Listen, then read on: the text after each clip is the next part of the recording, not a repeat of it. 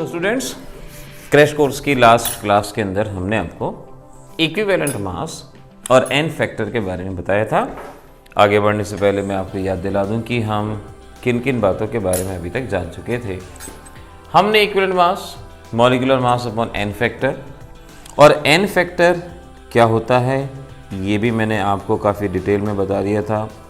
Acidity, basicity, charge excluding the sign या change in oxidation number, ये हम N factor के बारे में जानते थे, अच्छे से पहचानते थे।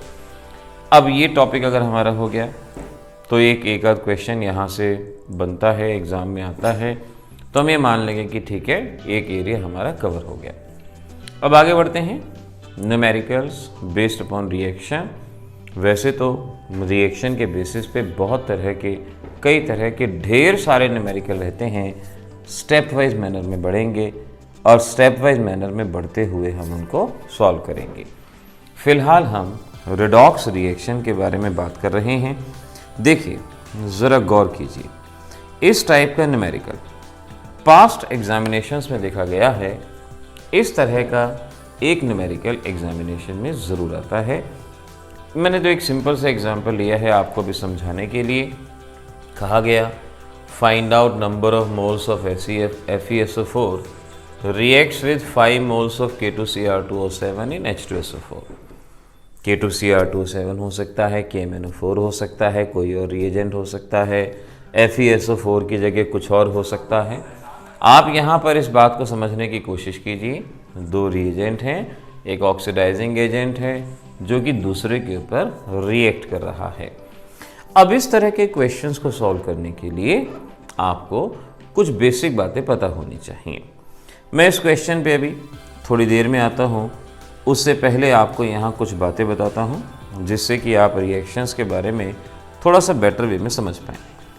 ध्यान रखिए, आपके पास अगर Cr2O7-2 पोटेशियम डाइक्रोमेट को आयनिक फॉर्म में Cr2O7-2 लिखेंगे और एसिडिक मीडियम के अंदर आप ध्यान रखेंगे कन्वर्ट होता है ये क्रोमियम +3 के अंदर, ट्वाइस क्रोमियम +3 लिख के रखें तो आपके लिए ज़्यादा बेटर रहेगा। अगर आपके पास KMnO4 है तो KMnO4 को MnO4 नेगेटिव लिख सकते हैं। अगर एसिडिक मीडियम कहा हुआ है तो ये Mn+2 में बदलेगा, इस बात को याद रखना। अगर आपके पास KMnO4 बेसिक मीडियम में कहा गया है तो MnO2 के अंदर बदलेगा, इस बात को याद रखना। ये कुछ बेसिक बातें याद रखना। ये रिएजेंट होता है, रिएजेंट जिसका काम है रिएक्शन करवाना, इसे रिएजेंट कहते हैं। और ये रिएजेंट जिस पे रिएक्ट करता है उसको रिएक्टेंट कहते हैं।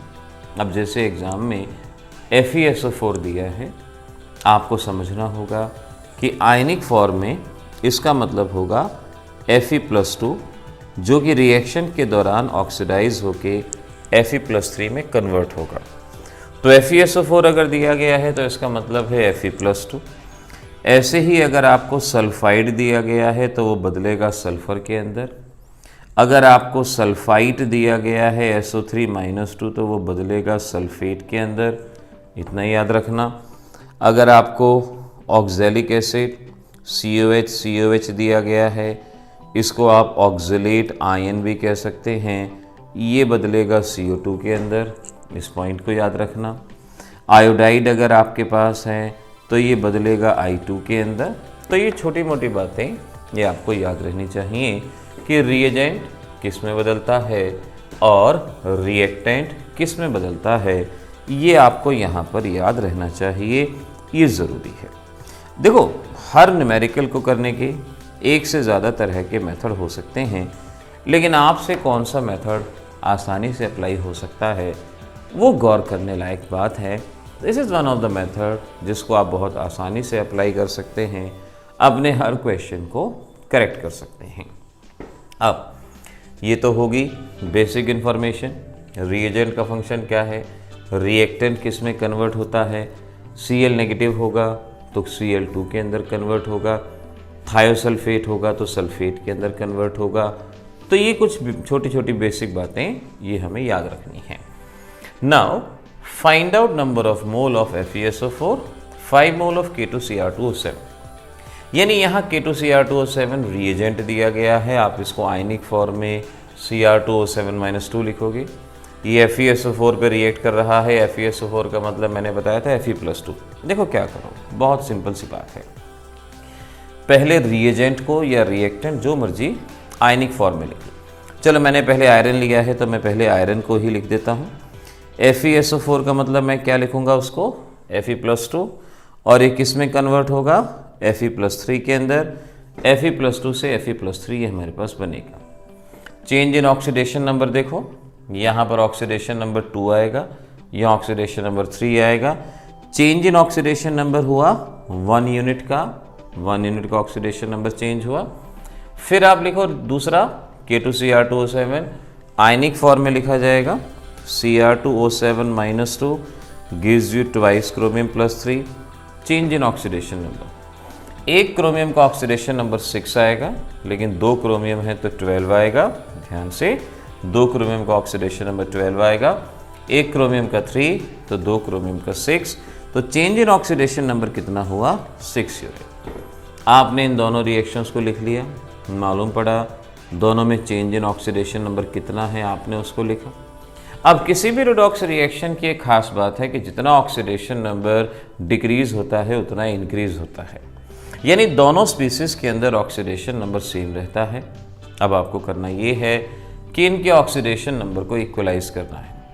वो 1 यूनिट चेंज हुआ, ये 6 यूनिट चेंज हुआ, तो हम इसको मल्टीप्लाई करेंगे 6 के साथ, और अब इस दोनों रिएक्शंस को हम ऐड करेंगे।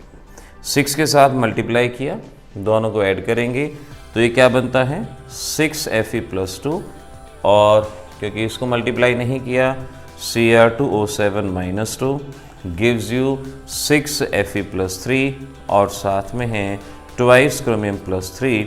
इस तरह से हमारे पास रिएक्शन बन जाती है, ये रिएक्शन आ जाती है। ये रिएक्शन को रफ में बना लेना है, फटाफट प्रैक्टिस हो जाएगी, बना सकते हो।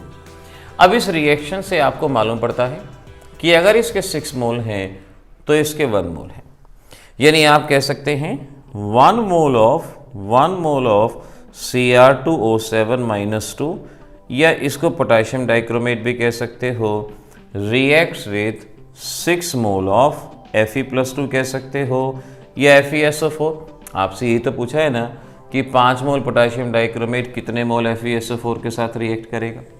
भाई 1 मोल पोटेशियम डाइक्रोमेट 6 मोल Fe+2 के साथ रिएक्ट करता है, तो 5 मोल कितने के साथ रिएक्ट करेगा, 6 × 5, जवाब आ गया 30 मोल। आपका ये क्वेश्चन सॉल्व हो गया। इस तरह से किसी कॉम्प्लिकेटेड मेथड में जाने की ज़रूरत नहीं है, कोई नंबर ऑफ़ इक्विवेलेंट वाले मेथड में जाने की ज़रूरत नहीं है। बहुत सिंपल, रिएक्टेंट लिया, रिएजेंट लिया और उसको बदल दिया, बात बन गई, रिएक्शन हो गई। ऐसे ही 1-2 क्वेश्चन और सॉल्व करते हैं। देखिए, अब मैं अगला क्वेश्चन आपको ऐसे देता हूँ, ज़रा ध्यान से समझिएगा। Find out number of moles, find out number of moles of Ki reacts with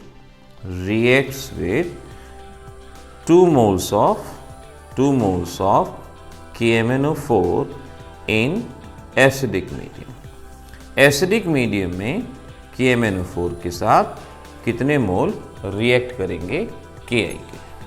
तो बस अभी जो मैंने ऊपर बताया था, KMnO4 इन एसिडिक मीडियम Ki का मतलब आयनिक इक्वेशन होगी I नेगेटिव। I मैंने कहा था आपको कि अगर I नेगेटिव दिया हुआ है तो किस में बदलेगा, I2 में। तो अगर Ki है I नेगेटिव, बदलेगा I2 के अंदर। बैलेंस कर लो, ये ट्वाइस कर दिया। ऑक्सीडेशन नंबर चेंज देखो, -1 1 का, 2 का -2, वहाँ 0। Change in oxidation number 2 unit. KMnO4 acidic medium, अभी बताया था एसिडिक मीडियम में ये बदलता है Mn+2 के अंदर।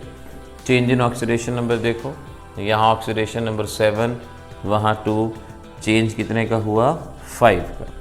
क्या करना है यार, दोनों का चेंज बराबर होना चाहिए, यानी ये मल्टीप्लाई बाय 5, ये मल्टीप्लाई बाय 2, 5 2 ज़ा 2 5 ज़ा, ऐड कर दो तो क्या बनता है, 10I negative twice MnO4 negative gives you 5i2 twice Mn+2 ये हमारे पास बनता है, ये हमारे पास बनता है।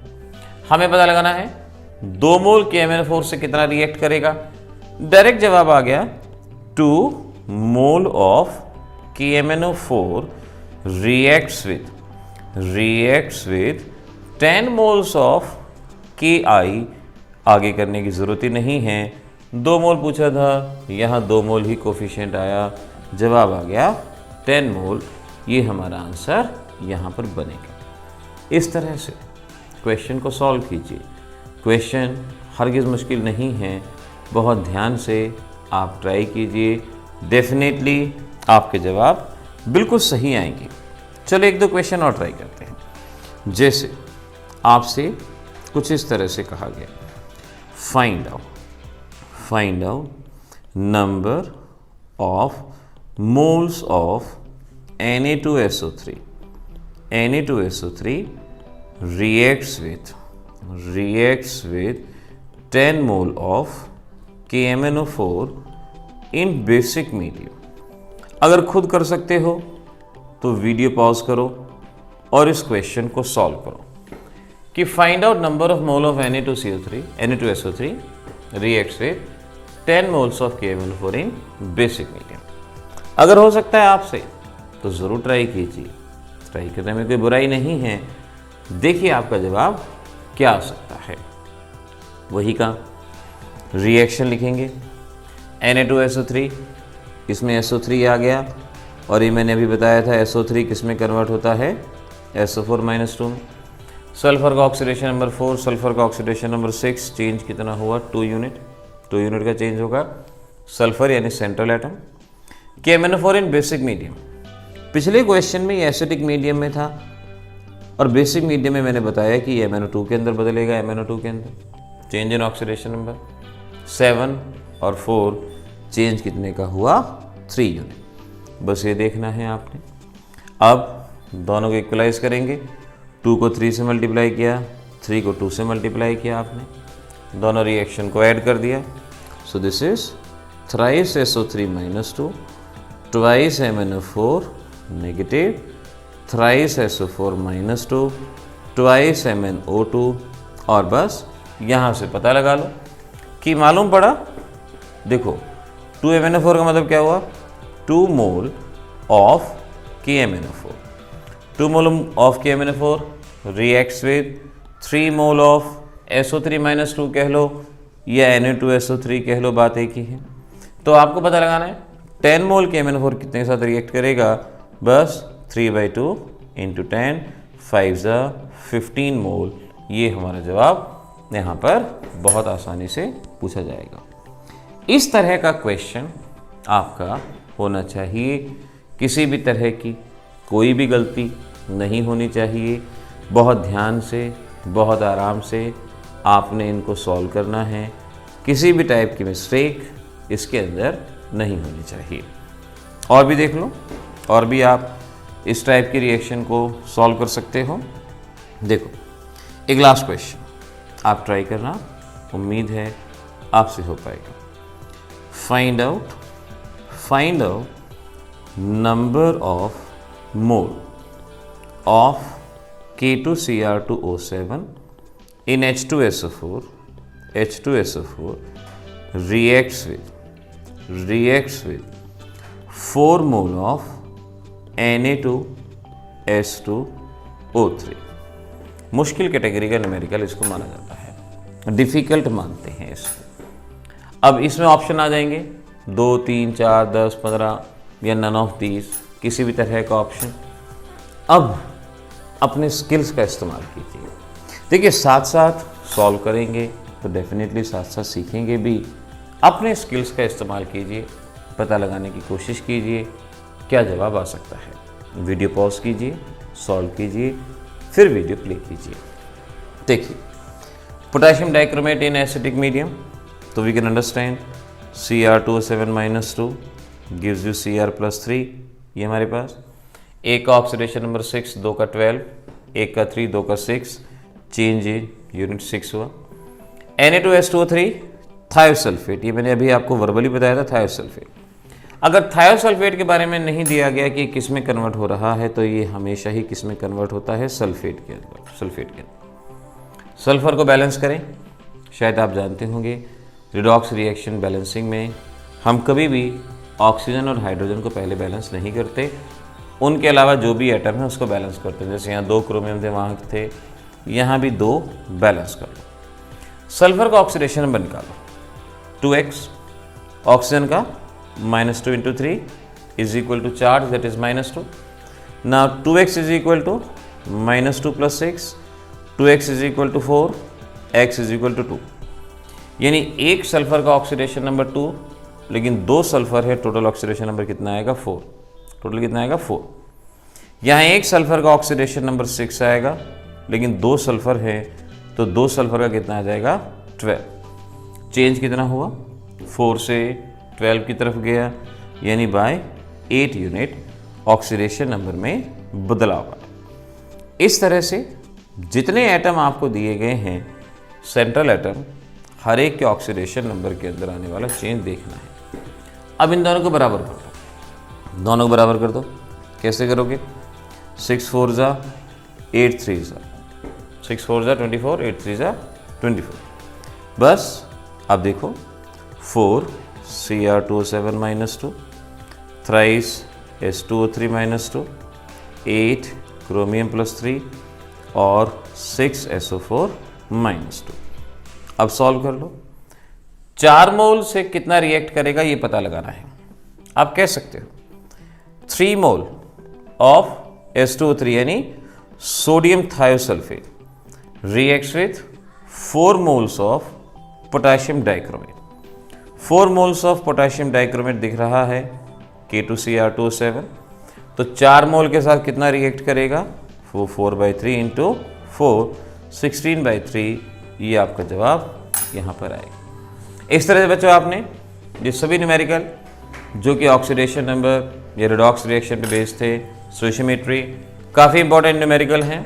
कोई भी MCQs की बुक है वहाँ पर और ज़्यादा से ज़्यादा प्रैक्टिस कीजिए। आगे आने वाले समय में हम भी आपको प्रैक्टिस के लिए और क्वेश्चन देंगे, प्रैक्टिस करते जाएंगे, डेफिनेटली बात बनती जाएगी। मिलेंगे नेक्स्ट क्लास में। All the best. हमारे बेस्ट और लो कॉस्ट ऑनलाइन कोर्स